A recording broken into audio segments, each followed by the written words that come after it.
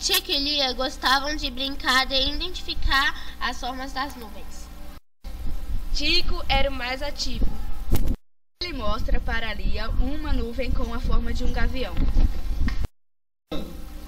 Lia responde: que legal. Ambos continuam a brincar.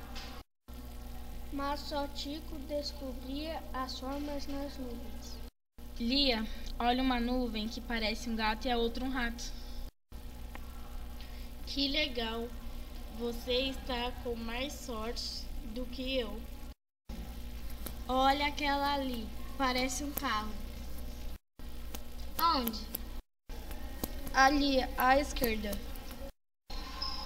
Você não está enxergando, Lia? Eu sou cega.